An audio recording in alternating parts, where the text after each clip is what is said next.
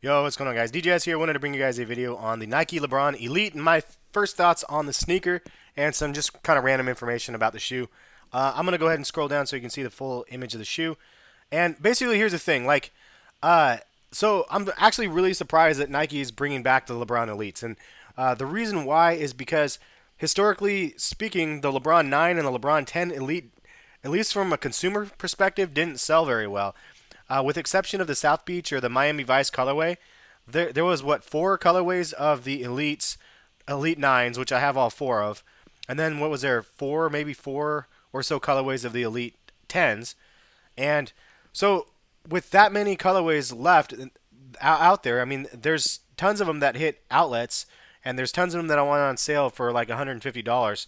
Um, so it's interesting to me that they decided to bring it back. So it's kind of proof that technology and putting in like elite, uh, I guess, materials into a shoe doesn't it doesn't equal sales. There's a lot of hype involved, and if there's a hype, somebody jumps on the hype train or whatever. It doesn't matter if it's like a really cheap shoe or not. If it's limited, then that kind of commands more hype than a shoe that has premium materials. But also the price point, and that's, I guess, the segue to the next point is the LeBron 10 Elite costs $250. The I believe it was 250. The LeBron 11 Elite is going to be pretty expensive as well, I imagine, because the LeBron 11 is $200 versus the 180 from the regular 10 from last year. And then you're looking at there was some models of the LeBron 11s that were 250. So what does that mean for the elites? Are these going to be 275, 280? I mean, and then if they're going to have them on Nike ID, which I doubt, well, they might have them on Nike ID actually, because the Elite 11s were, or Elite 10s were. So if they have them on Nike ID, that, I mean, the price point has to be like 310 or more. I think that's what they were last year, or 350 even. I don't know. There's a price point for me that I won't pay, and I think 250 is like probably it. Like above that, it's just like it gets ridiculous. $300 for a pair of one sneakers at retail price is crazy to me. Um, and I think that a lot of people will agree. So maybe it's for just those people with deep pockets that just want to have those. But again, they're not limited. So it's if you want the shoe, you can get them sort of vibe, which actually I kind of dig. I think that the way Nike is controlling things this year and the way they did kind of last year with the tens a little bit, but more so this year, is we're seeing every colorway of the LeBron 11 release and then sit on shelves, and they're not selling out.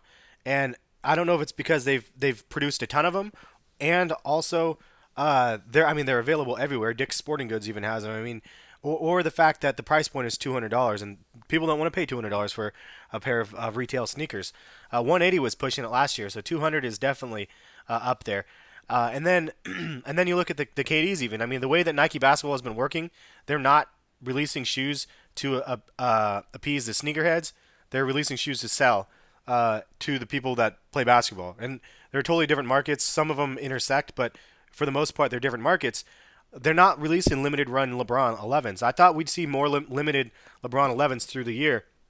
We haven't seen hardly any of them, but we've seen a ton of different colorways. So the only limited ones that were out there were the Forging Irons, and they were somewhat limited, but the price point was 250. So retail, I mean, you could buy a pair now if you look carefully. I bet for like maybe 320. I mean, they're not selling like for double what retail was because the price point was so high. And then you look at the Nike NBA 2K14 LeBrons. Those ones we haven't even seen what they look like yet.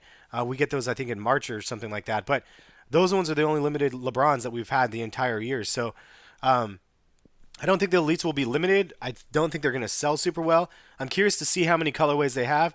Historically, in one season, they haven't had more than four colorways.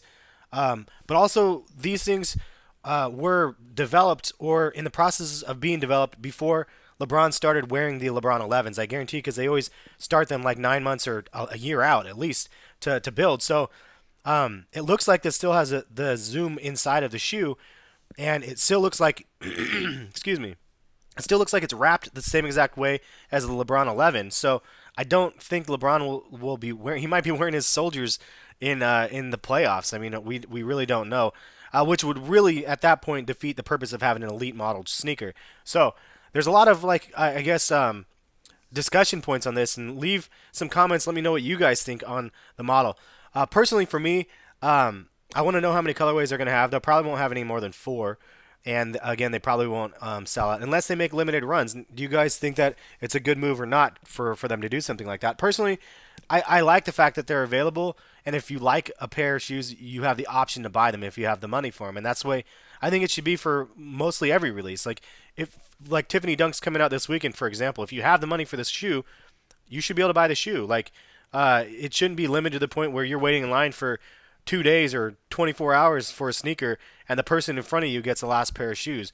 I think that having more isn't necessarily a bad thing. Now, it kind of takes away from some of the hype immediately, but I'm in this for the long term, man. I mean, it doesn't really matter. I think hype is one of those things that it's an invisible barrier that people see to buying a shoe. So it's like if the shoe doesn't have hype, they're like, oh, I can't touch that one. But I think it's a catch-22, and I'm kind of happy that these type of shoes come out. And even though the price point's pretty expensive, hopefully I'll be able to get a pair of them, and hopefully in a good colorway. That's the thing. That's the worst part is I feel like the LeBron 11s. There's so many colorways coming out. I'll go, okay, I'm gonna buy this one. I buy one, and then 3 other colorways come out that I want. And I'm like, dude, I'd rather have these 2 than the 2 that I bought. So it's always like a little bit of shifting around. But I still have a lot of LeBron 11s currently. I think I'm sitting on 7.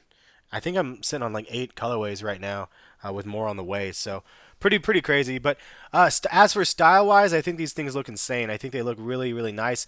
But I'm a huge fan of the LeBron 11s. I think that the LeBron 11s look amazing, regardless of the snug fit. I think that they just look really nice. The added like carbon fiber, reflective. I don't know what, not reflective, but it's like mirrored look to it. I'm assuming it's carbon fiber. We can't tell because we haven't seen more up close. Maybe it's not even carbon fiber. It's some other material, but it looks really dope in my opinion. How it's kind of inlaid in the other one, but the way that the shoe is put together, I can picture some really cool colorways, and if they, they could have a lot of intricate details into the different colors on the panels on the shoe, and I think it would look really dope.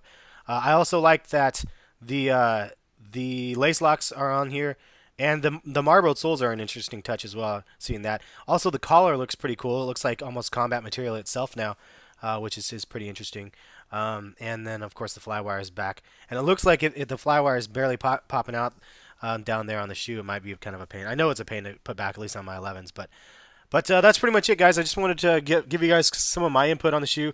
I'm like 99% sure that this is the actual LeBron 11 that we will be seeing. I don't know when we're going to be seeing the shoe, but I'm looking forward to seeing what they have to offer and what colorways.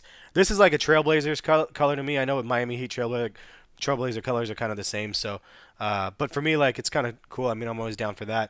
I want to see a home and away colorway again, though. Last year they just went with the all white. They didn't have the black, I don't think.